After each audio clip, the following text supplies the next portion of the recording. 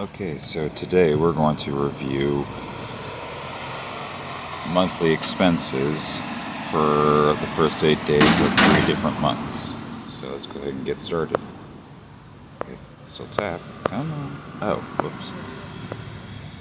There we go. Let's go ahead and get to the instance that we need. 3. Alright. Is the mic on? I hope so. Either way. So let's go day log, cost report, and we're going to go back 2 months.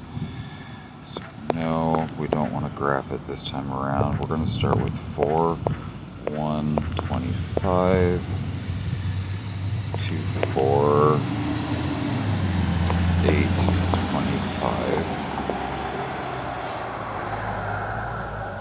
Go above or equal to 1. Below that, go for list quantity, which is the list we're using for everything. Then we're going to exclude the cash for rent savings component, so for rent. Then we're going to exclude it from the results. Hit yes.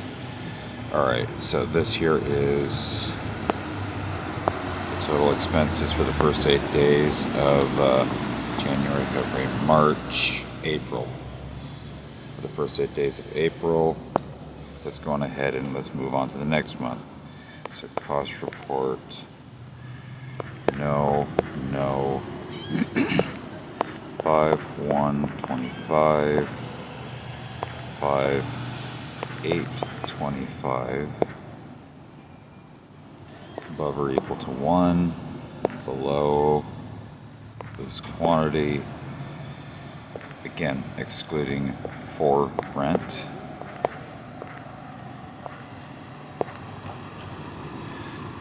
and then again yes,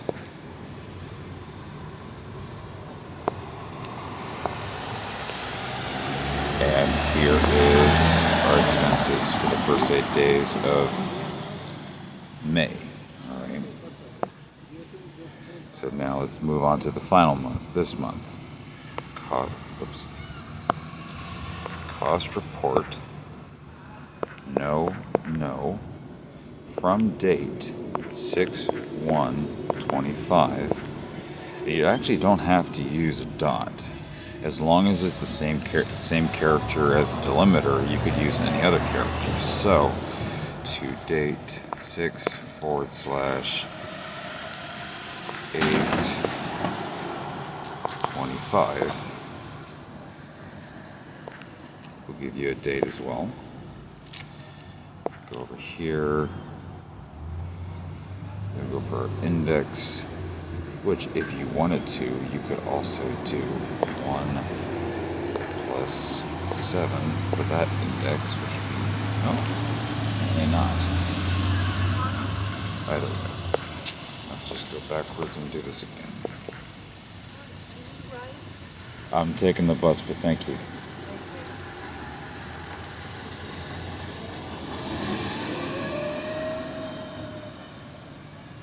Okay.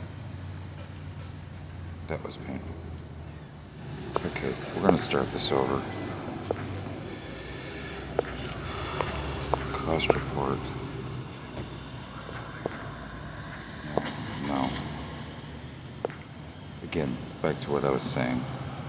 You don't have to use the dot. You could also use 6/25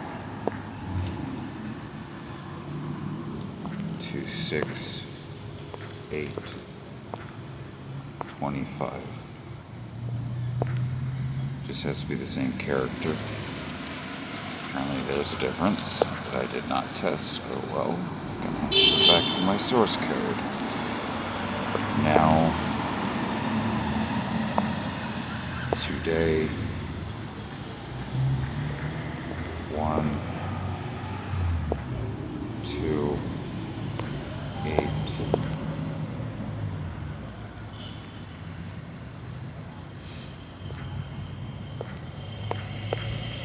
For rent.